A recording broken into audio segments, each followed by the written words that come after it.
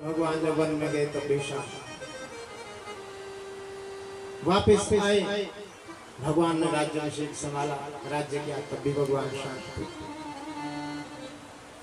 जिस परिवार को भगवान श्री कृष्ण ने बड़े प्रेम से पाला, 56 करोड़ यदुवंशियों को आंखों के सामने कट के लड़के झगड़ के एक दूसरे को काट काट के मर गए महाराज, फिर भी भगवान शांत है। देखा है किसी कैसा सोच, घर में किसी को हल्की सी चोट लग जाए हम बिल्कुल अशांत हो जाते हैं। 16,000 रानियों के साथ भी भगवान श्री कृष्ण शांत हैं, द्वारिका नाथ हुए तब भी शांत हैं, हर अवस्था में शांत हैं। बंधुओं वैसे ही भगवान शांत हो सकते हैं, हम शांत नहीं हो सकते क्या? हमें अगर शांत होना है तो उसके लिए माँ की शरण ग्रहण करनी पड़ेगी।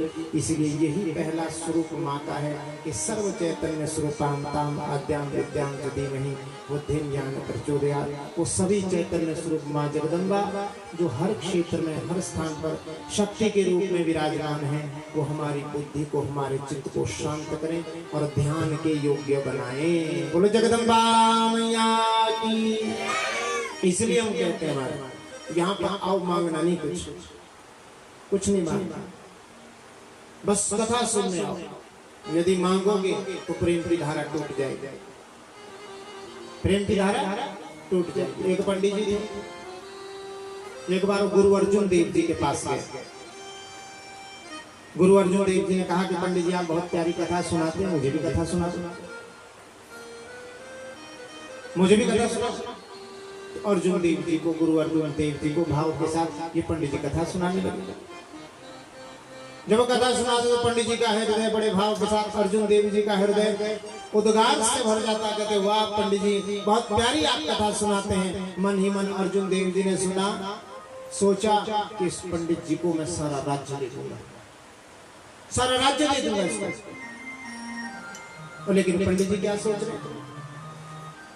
पंडित जी मन में सोच रहे हैं कि एक अच्छा सा घोड़ा मांग लूंगा। अर्जुन देव जी मेरी कथा से बड़े प्रसन्न हो रहे हैं, मैं आज गुरु जी से घोड़ा मांग लूंगा। अर्जुन देव जी मन में सोच रहे हैं कि राज्य दूंगा। राज्य देने के लिए उठे ही थे खड़े, ये कहने ही वाले थे कि मैं पंडित जी को राज्य दे रहा हूँ। और जैसे ही पंडित जी के मन को टटोला, पंडित जी मन में कह रहे हैं कि घोड़ा मांग लूंगा। भगवान ने सोचा, अर्जुन देव जी ने सोचा कि मैं तो इसे राज्य देना चाहता था, इसके मन में तो घोड़ा है। पंडित जी वहीं बैठ गए महाराज अर्जुन देव जी। और जैसे ही कथा समाप्त हुई, पंडित जी ने जयकारा लगाया, बोलो गोविंद भगवान की। सबने जयकारा लगाया और अर्जुन देव जी ने अभी मांगा नहीं था। पंडित जी ने, अर्जुन देव जी ने कहा अपने शिष्यों से कि पंडित जी को एक अच्छा सा सुंदर सा काला घोड़ा दे दो, इनको एक अच्छा सा घोड़ा दे दो। शिष्यों ने पूछा, पंडित जी से पूछ तो लीजिए क्या चाहते हैं। बोले पंडित जी घोड़ा ही चाहते हैं, पंडित जी को घोड़ा ही दे दो। शिष्यों ने पूछा, गुरुजी आप बीच में उठे थे और फिर अचानक बैठ गए, क्या बात है? आप बिना कारण से कोई कार्य नहीं करते। शिष्यों ने कहा, जब ऐसा पूछा तो गुरु अर्जुन देव जी ने कहा, शिष्यों मेरे मन में ये विचार था कि मैं पंडित जी को सारा राज्य दे दूंगा, लेकिन जब मैंने पंडित जी के मन को टटोला, इनके मन में तो घोड़ा था, इसलिए मैं उठा पहले राज्य देने के लिए, बैठ गया घोड़े देने के लिए। बोलो गोविंद भगवान की।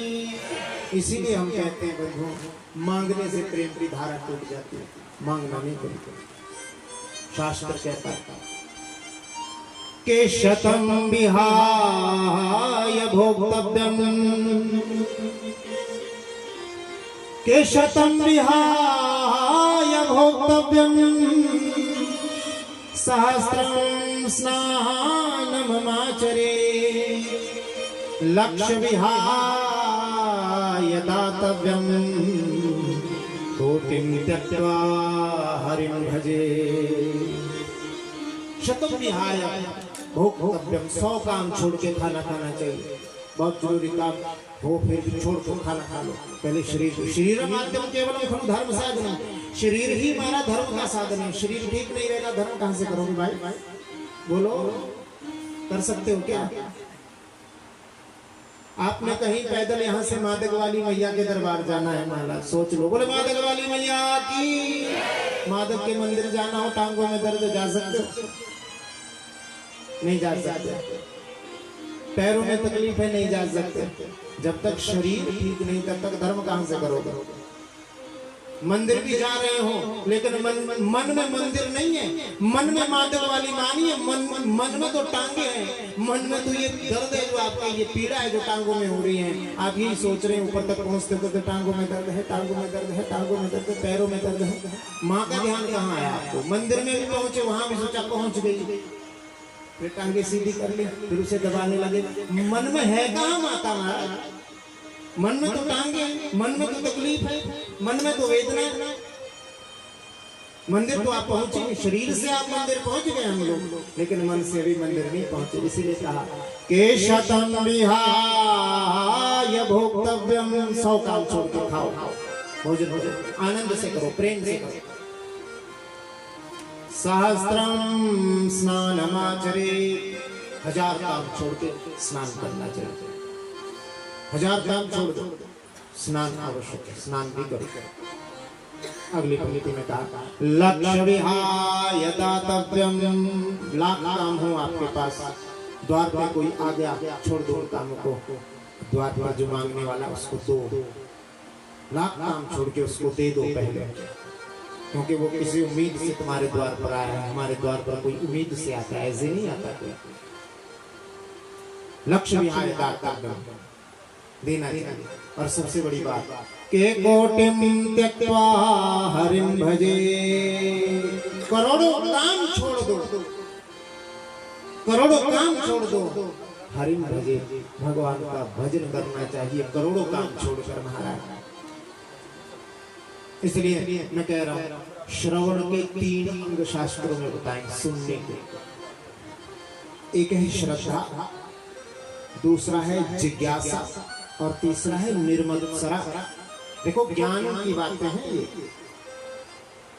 कथाओं का श्रवण तो सभी करते हैं, लेकिन कोई बात अच्छी लग जाए, कोई ज्ञान हमारे हृदय में बात ऐसी घर कर जाए कि जिससे हमारा जीवन सफल हो जाए, सुनना सुनाना दोनों सार्थक हो जाता है। बोलो जगदम्बा मैया की। 3 अंग हैं सुनने के महाराज। पहला है श्रद्धा, जब तक श्रद्धा नहीं आप सुन नहीं सकते। जब तक श्रद्धा, लाख कोशिश कर ले हम अपनी ओर से सुंदर कथा को सजाने की, बनाने की, कहने की, जब तक आपकी मेरे प्रति श्रद्धा नहीं होगी, आपके हृदय पे मेरी कही बात कोई भी टिकेगी नहीं। सबसे पहले तो श्रद्धा चाहिए। दूसरा है जिज्ञासा। ब्रह्म सूत्र का पहला ही सूत्र है महाराज, अथा तो ब्रह्म जिज्ञासा। सबसे पहले किसी को जानने की जिज्ञासा होनी चाहिए महाराज। जब तक वो जिज्ञासा नहीं है तब तक आप सुन भी नहीं सकते, तब तक आपकी श्रद्धा भी नहीं हो सकती। बोलो जगदम्बा मैया की। तीसरा है निर्मत्सरा। निर्मत्सर किसे कहते हैं? मत्तः सरति या सह निर्मत्सरः। जिसके मन में ये भावना आ गई ये तो मुझसे आगे चला गया महाराज। पहले ऑल्टो गाड़ी थी, अब सफारी में घूमता है। पहले 2 कमरों का मकान था, 10 कमरों का मकान लगा लिया। एक दूसरे से जलता है, तो जलन की भावना है, कोई फायदा नहीं कथा सुनने। श्रवण के 3 अंग है महाराज, सुनने के 3 अंग। कौन सुन सकता? के जिन हरि कथा सुने ही नहीं काना, श्रवण रंद्र ही भवन समाना, श्रवण रंद्र ही भवन समाना। जिन हरि कथा सुने ही नहीं काना, श्रवण रंद्र अहि भवन समाना। जिन्होंने हरि की कथा नहीं सुनी, जिसने माँ की कथाएं नहीं सुनी, समझ लेना उसके जो कान है ना वो अहि भवन समाना, सांप के बिल के समान है। कोई फायदा नहीं कानों का।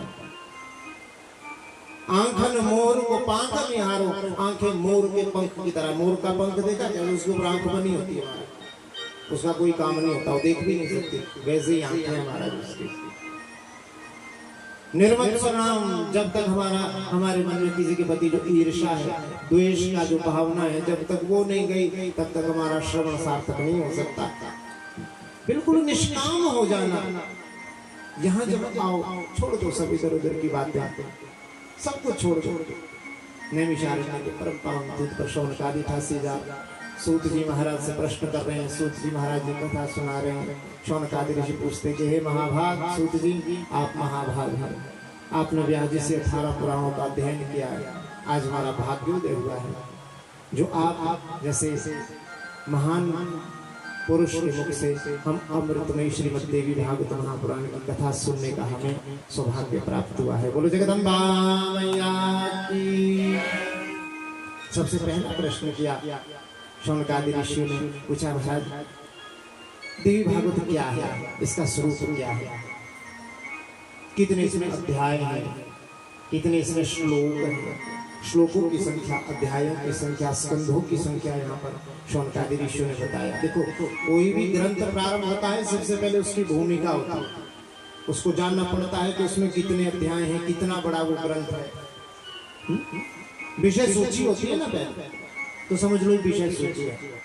विषय सूची में महाराज शौनकादि ऋषियों को संबोधित करते हुए सूत जी महाराज कहते हैं कि हे शौनकादि ऋषियों, विंशति प्रथमे तत्र द्वितीये द्वादशे वतुः। श्रीमद् देवी भागवत 18,000 श्लोक हैं इसमें महाराज। भागवत महापुराण में भी 18,000 ही श्लोक हैं, देवी भागवत पुराण में भी 18,000 ही श्लोक हैं। देवी भागवत में भी 12 स्कंद है, श्रीमद् भागवत महापुराण में भी 12 ही स्कंद है। बस थोड़ा सा अंतर है, 318 अध्याय देवी भागवत में है, 335 अध्याय श्रीमद् भागवत महापुराण में है महाराज। बोलो जगदम्बा मैया की। और पुराण के 5 लक्षण यहाँ पर बताए गए हैं। किसी पुराण के लक्षण होते हैं। सबसे पहले देवी भागवत महापुराण के 5 लक्षण हैं और श्रीमद् भागवत महापुराण के 10 लक्षण हैं। देवी भागवत महापुराण के 5 ही लक्षण हैं। कौन कौन से, देखो भाव से सुनना। 5 लक्षण हैं, इनका विस्तार से हम आपको बताएंगे। सर्गा प्रतिसर्गश्च वंशो मन्वन्तराणि च वंशानुचरितं चैव पुराणं पंचलक्षणम्। 5 लक्षण है इसके बारे में। पहला कौन सा है? सर्ग।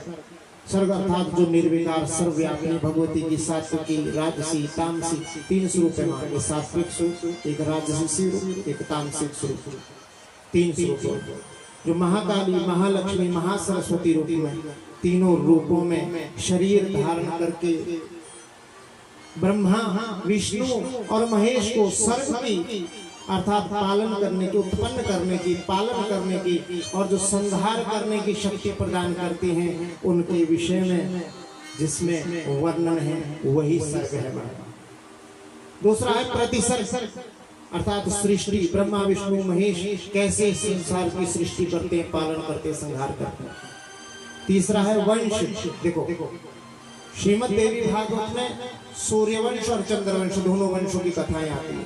देवी भागवत महापुराण में भगवान श्री कृष्ण की कथा भी आती है। देवी भागवत महापुराण में भगवान श्री रामचंद्र जी के जन्म की कथा भी आती है महाराज। बोलो राघवेंद्र सरकार की, बोलो कृष्ण बलदेव की। इन दोनों की वंशों का वर्णन आता है। सूर्यवंश का, चंद्रवंश का, मनुओं का वर्णन जिसमें किया गया। 14 मनुओं की कथाएं देवी भागवत। वंशानुचरितम और मनुओं के वंश में क्रम से जितने भी देवी के भक्त राजा हुए हैं महाराज, उन सब की कथाएं हैं। इसलिए ये 5 लक्षण देवी भागवत महापुराण के। शौनकादि ऋषि ने पूछा कितने पुराण हैं, कितने उपपुराण हैं? सूत जी महाराज ने 18 ही पुराण हैं और 18 ही उपपुराण हैं। आ रही बात समझ? नींद तो नहीं आई? जोर से जयकारा लगाओ। बोले जगदम्बा मैया की। देखो 18 पुराणों को याद करना हो ना आपने, तो एक बड़ा प्यारा श्लोक, किसी को आवश्यकता हो तो मुझसे ले जाएगा, होना चाहिए अपने पास। 18 पुराणों के नाम याद करने का बड़ा प्यारा श्लोक है। देखो भाव से के मद्वयम भद्वयम चैव बद्वयम वचतुष्टयम अनापलिंग कस्कूनि कूसकानि पुराणानि पृथक पृथक। ये 18 पुराणों के नाम। इतने से एक श्लोक में 18 के 18 पुराण। बद्वयम माद्वयम, सबसे पहले दो, एक मत्स्य पुराण, दूसरा मार्कंडेय पुराण, हो गए माद्वयम, मा दो। फिर दूसरा भाद्वयम, दो भा, भागवत पुराण और भविष्य पुराण, हो गए। फिर कहा श्चैवा बत्रयम, तीन प्रकार के ब, एक ब्रह्मांड पुराण, एक ब्रह्म वैवर्त पुराण और एक ब्रह्म पुराण, हो गए। फिर कहा व चतुष्टयम, व चार प्रकार के, व से जो पुराण आते हैं वो चार पुराण के, वामन पुराण, वायु पुराण, विष्णु पुराण और वराह पुराण, ठीक है। फिर कहा अनापलिंग, अ से अग्नि पुराण, ना से नारद पुराण, प से पद्म पुराण, लिंग पुराण, और फिर कहा कस्कूनी जिसमें ऊ की मात्रा, कूर्म पुराण, गरुड़ पुराण, अंत में कह दिया स्कानी अर्थात स्कंद पुराण। महाराज ये हुए 18 के 18 पुराण। इस श्लोक को याद कर लेना, 18 के 18 पुराणों का नाम याद हो जाएगा। उपपुराणों के विषय में पूछा, कितने उपपुराण हैं? उपपुराणों का नाम व्यास जी ने कहा और बताया कि इन पुराणों की रचना करने के बाद व्यास जी ने महाभारत की रचना की थी, जो 1.25 श्लोकों का था, 5वां जिसे वेद कहा जाता है। उसके बाद पहले तो वेदों का विभाग किया, पहले एक ही वेद था, फिर उसके 4 भाग किए, अपने 4 शिष्यों को उन्हें पढ़ा दिया। इस प्रकार से वर्णन किया शौनकादि ऋषियों के सामने। सूत जी महाराज ने फिर पूछा, शौनकादि ऋषि ने पूछा कृपा करके बताएं व्यास कितने हुए? यहाँ पर भी व्यासों के वर्णन है हमारे, कितने व्यास हुए? अभी जो हुए ना व्यास, उनका नाम है श्री कृष्ण द्वैपायन वेद व्यास। इसके बाद जो व्यास होंगे वो अश्वत्थामा होंगे, द्रोणाचार्य के पुत्र। वो आगे जाकर वेदों का विभाग करेंगे, वही आगे जाकर पुराणों की पुनः रचना करेंगे। व्यासों के विषय में बताया। फिर जब शौनकादि ऋषियों ने पूछा कि कृपा करके हमें बताएं, हे बड़े भाव के साथ सोची कि व्यास जी किस भार्या से, व्यास जी की किस भार्या से सुखदेव महाप्रभु का जन्म हुआ था? बोलो सुखदेव भगवान की। तो सुखदेव महाप्रभु के जन्म की कथा आती है। हमने भागवत में सुखदेव महाप्रभु के जन्म की कथा सुनी है ना सब, कि व्यास जी की पत्नी पिंगला के गर्भ में वो अमर कथा सुनी और वो उनके गर्भ में चले गए और फिर 11 वर्ष के बाद वो प्रकट हुए। लेकिन देवी भागवत में ऐसी कथा नहीं आती सुखदेव महाप्रभु। यहाँ थोड़ी अलग कथा है। जब पूछा कि किस भार्य से सुखदेव जी का जन्म हुआ था, आपने कहा था कि जो सुखदेव का जन्म हुआ था वो अयोनिज थे, किसी माता के गर्भ से वो उन्होंने जन्म नहीं लिया था। वो भी हमें विस्तार से बताया। सूत जी महाराज कहते हैं कि शौनकादि ऋषियों के पुरा सरस्वती तीरे व्यासा सत्यवती सुतः। एक बार सरस्वती तट के किनारे पर व्यास जी ने 2 गौरैया पक्षियों को देखा आपस में। वो दोनों एक दूसरे से प्रेम कर रहे थे। अपने बच्चे को देखा कि अपने बच्चे को दूर से दाना लाते हैं, उसे दाना खिलाते हैं। भाव से एक दूसरे से, अपने बच्चों से वो पक्षी अंगों को रगड़ते हैं, एक दूसरे को चूमते हैं। पर पक्षी की इस प्रकार की पुत्र केली को देखकर व्यास जी का मन पुत्र चिंता से व्याकुल हो गया। अब व्यास जी सोचने लगे, मन में विचार करने लगे कि अपुत्रस्य गतिर्नास्ति स्वर्गो नैव च पुत्रादन्यतरं नास्ति परलोकस्य साधनम्। बिना पुत्र के श्राद्ध नहीं हो सकता, बिना पुत्र के तर्पण कौन करेगा मेरा? अपुत्रस्य गतिर्नास्ति, अपुत्र की कभी गति हुई है क्या?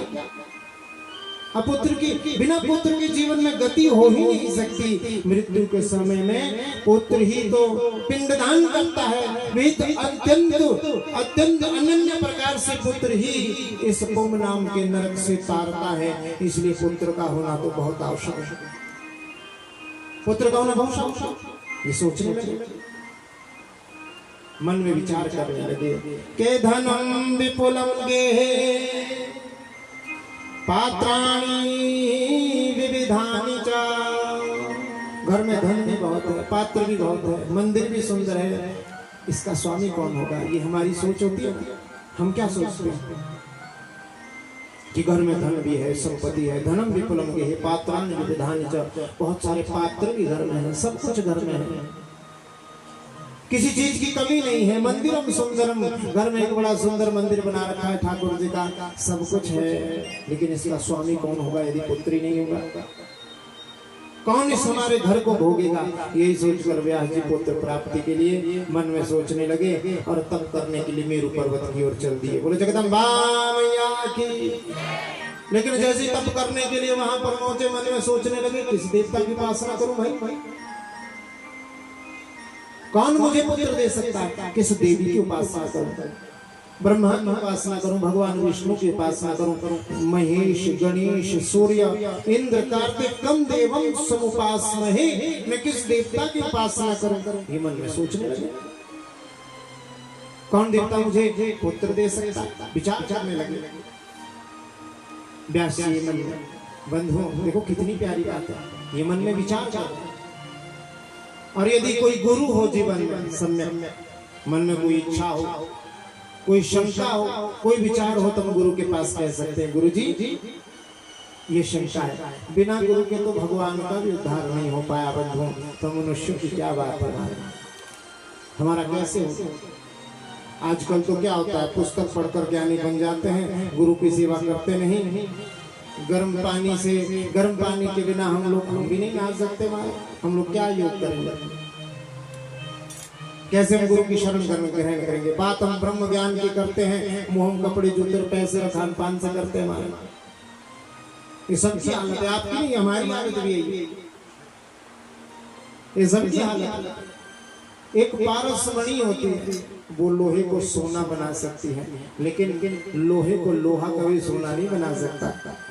ऐसे ही संत भी पारसमणि की तरह है, गुरु भी पारसमणि की तरह है। गुरु की सेवा से हमारा जीवन भी संत बन जाता है, धन्य बन जाता है हमारा। गुरु सद्गुरुदेव भगवान जी ये मन में चिंता ही कर रहे थे, तो वहीं से दूर से संत रूप में, गुरु रूप में नारद जी का आगमन हो गया। महाराज बोले नारद जी महाराज की। जैसे उनका आगमन हुआ, नारद जी के चरणों में प्रणाम किया।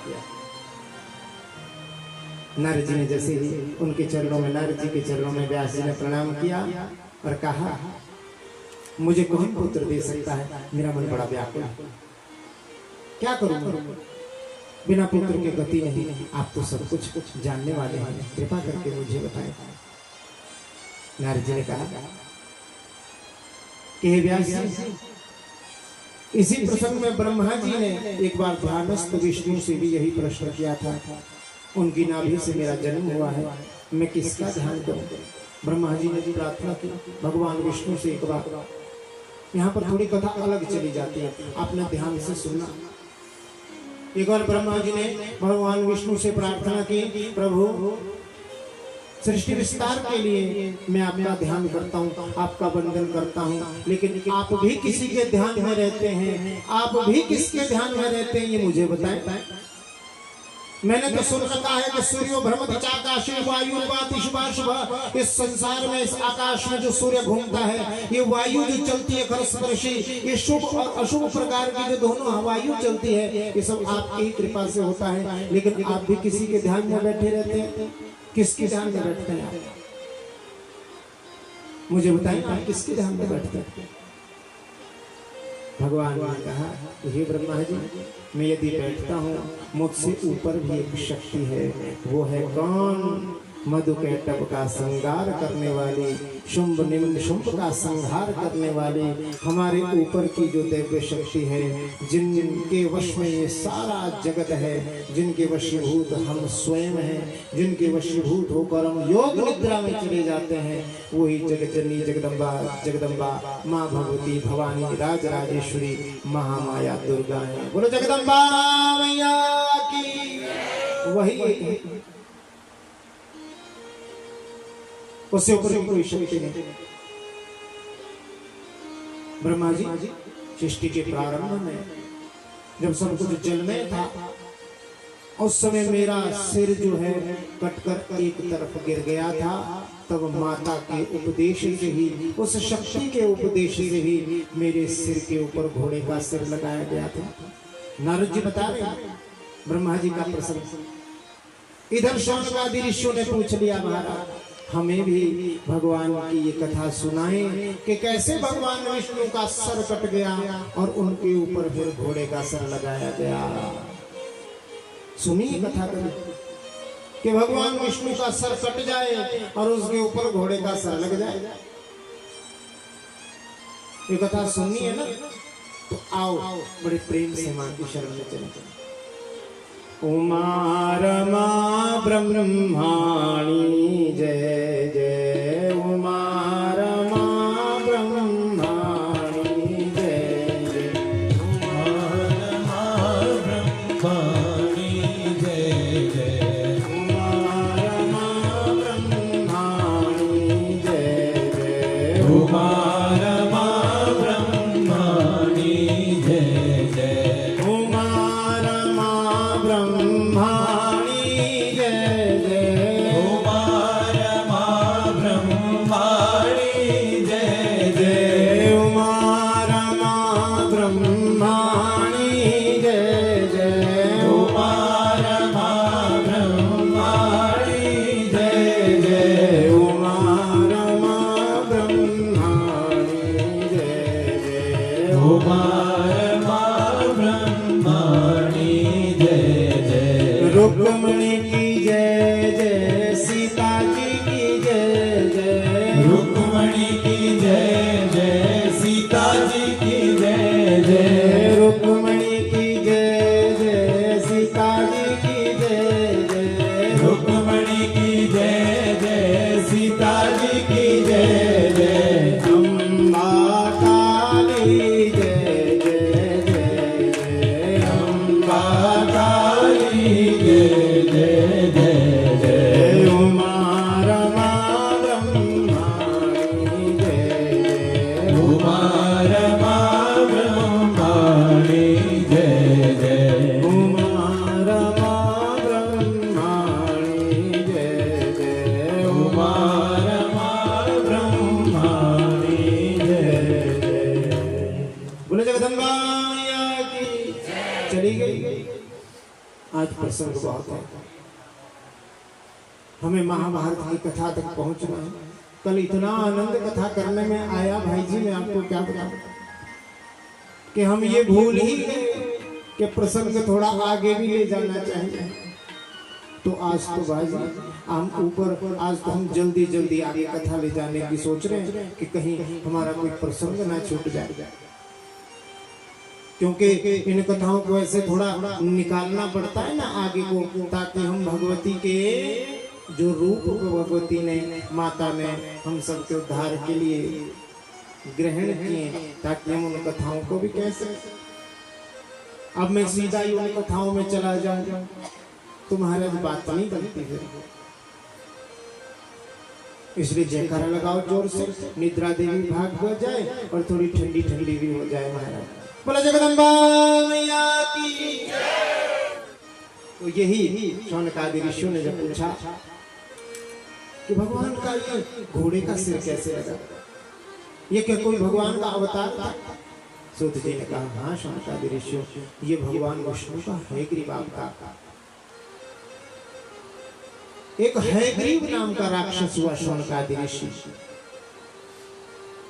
कौन हुआ? हयग्रीव नाम का राक्षस। ये राक्षस कैसा था? इसका शरीर तो था मनुष्य का, लेकिन सर कैसा था? हय कहते हैं घोड़े को, ग्रीव कहते हैं गर्दन को, अर्थात घोड़े जैसी गर्दन वाला।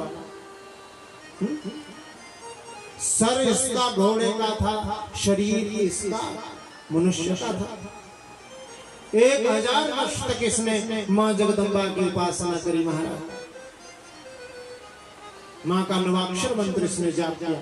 भैया ये देवी भागवत में ना मां के नवाक्षर मंत्र की बड़ी महिमा है, मर्यादा है उसकी, हम नहीं कह सकते उस मंत्र को। उस मंत्र का नाम है नमारण मंत्र।